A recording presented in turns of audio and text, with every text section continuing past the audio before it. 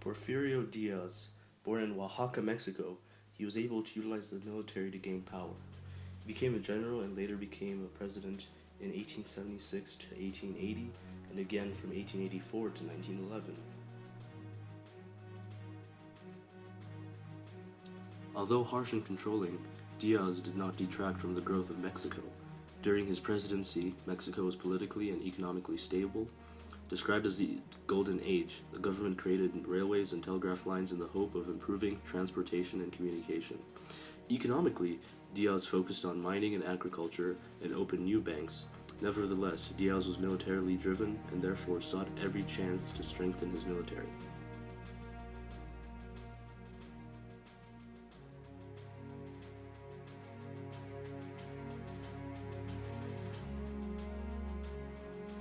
Even when Diaz was not in office, he still maintained tremendous control over the Mexican government.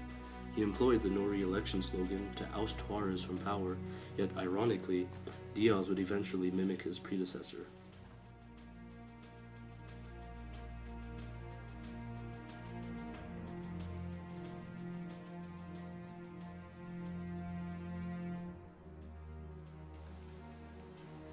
As one would expect, the revolution took the country by surprise. After years of stability, Francisco I. Madero, born from a wealthy family in Coahuila, challenged the great Diaz. Seeking social justice and democracy, Madero ran for presidency in the 1910 elections.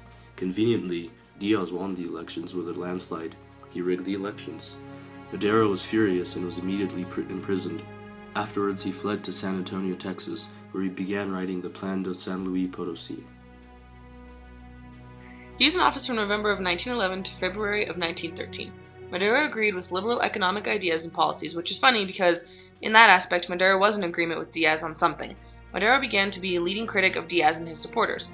Madero came up with the Plan de San Luis Potosí, which was a document to destroy Diaz's authoritarian government and instead began a democratic presidency. However, this document called to do all of this with violence. A rebellion was launched against Madero and his government, and, as expected, Madero attempted to suppress them. Victoriano Huerta got involved and actually did a better job at taking out the rebellion than Madero, causing Huerta to gain popularity and Madero to lose some. Madero lost his presidency in 1913 and Huerta was next in line to head the government. Eventually, like in most Mexicans' brutal politics, Madero was assassinated in 1913.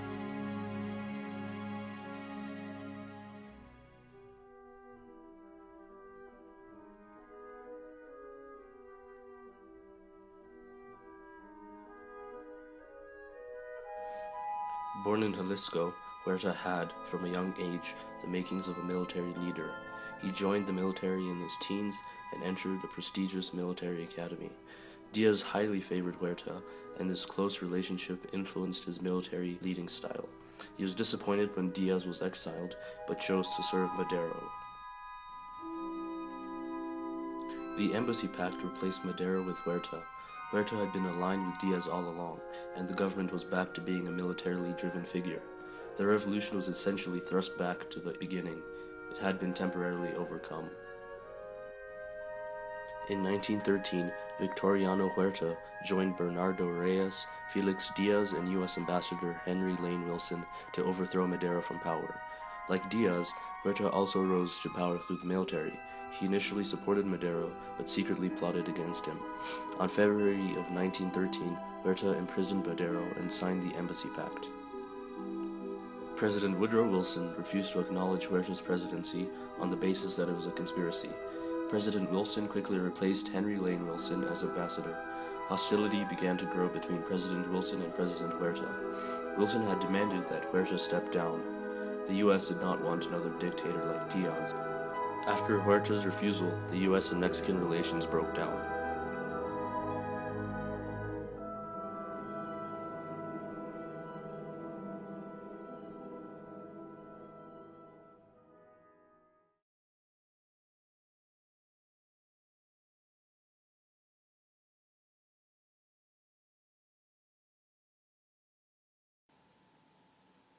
During Huerta's presidency, another counter-revolution was brewing.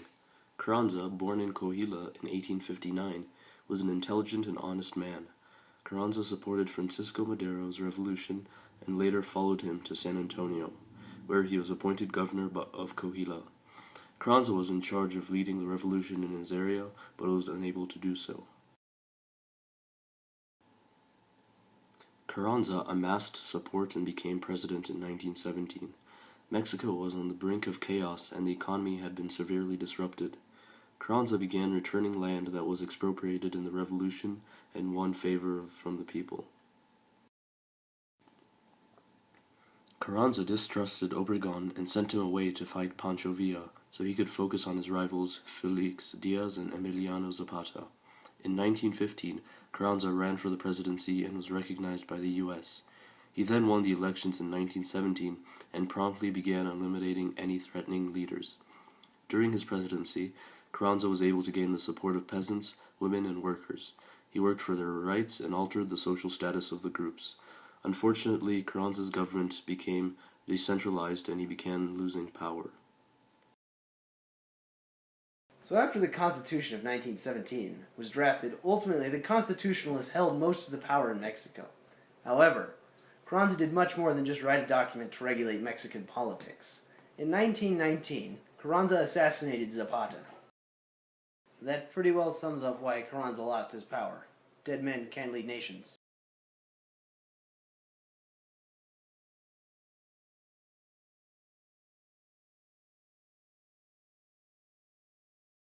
How would you say Obregón maintained his power?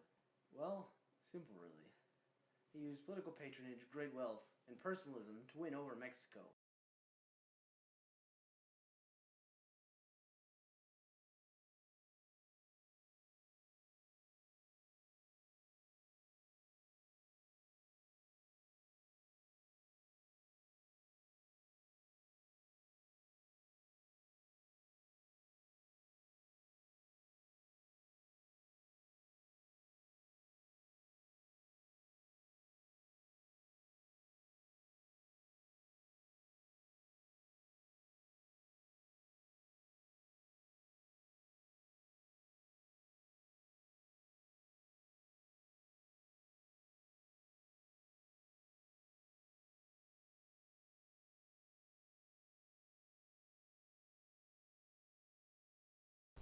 Plutarco Elias Calles was born in Sonora.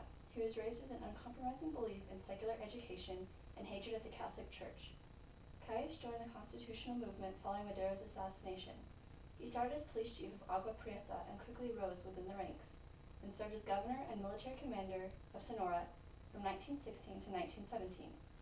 As president, Calles' social agenda reflected the secular, pro-development views of the Sonoran revolutionary elite. He wanted to expand public education and enforce limited agrarian reform to maintain peace with agrarian leaders. He also wanted to keep the church out of politics as much as possible. Calles' attempts to control the church led to a counter-revolution in 1926, the Cristero Rebellion. This violent rebellion took the lives of many without producing a winning side. While in office, Calles also created the Partido Nacional Revolucionario to select presidents and control national politics. Calles used the PNR to stay in control of Mexico behind the scenes after his term ended. Lázaro Cárdenas' political career started in the army. He was the PNR's presidential candidate in 1934, but was unwilling to act as Calles' puppet. Cárdenas favored agrarian reform, socialistic reform, and economic nationalism. He was the first to launch a presidential campaign, gaining him support across the country. He centralized power and authority to make the presidency more independent. His solution to alleviating peasant poverty was farming ejidos. Unfortunately, the transformation of capitalistic enterprises into ejidos ended in failure. By 1940, Cárdenas had redistributed land to more people than all the previous presidents combined, but 27% of the Mexican population was still too poor to afford shoes. The peasant response to rural poverty was often migrating to cities and the U.S. Cárdenas reorganized the PNR into the Partido de la Revolución Mexicana, which later became the Partido Revolucionario Institucional, the longest ruling political party so far in history.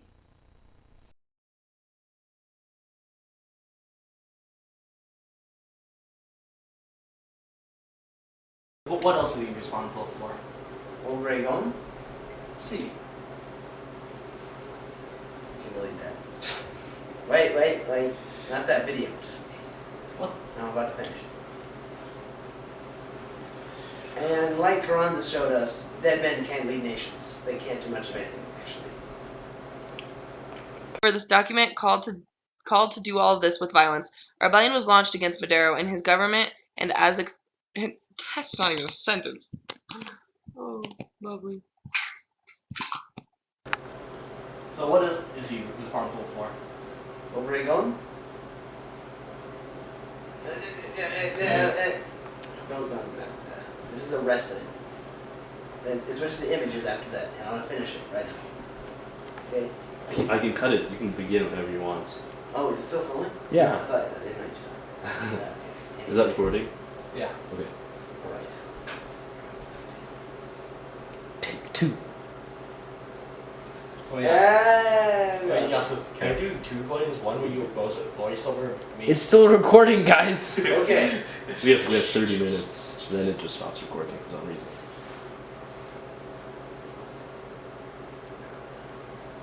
Don't talk.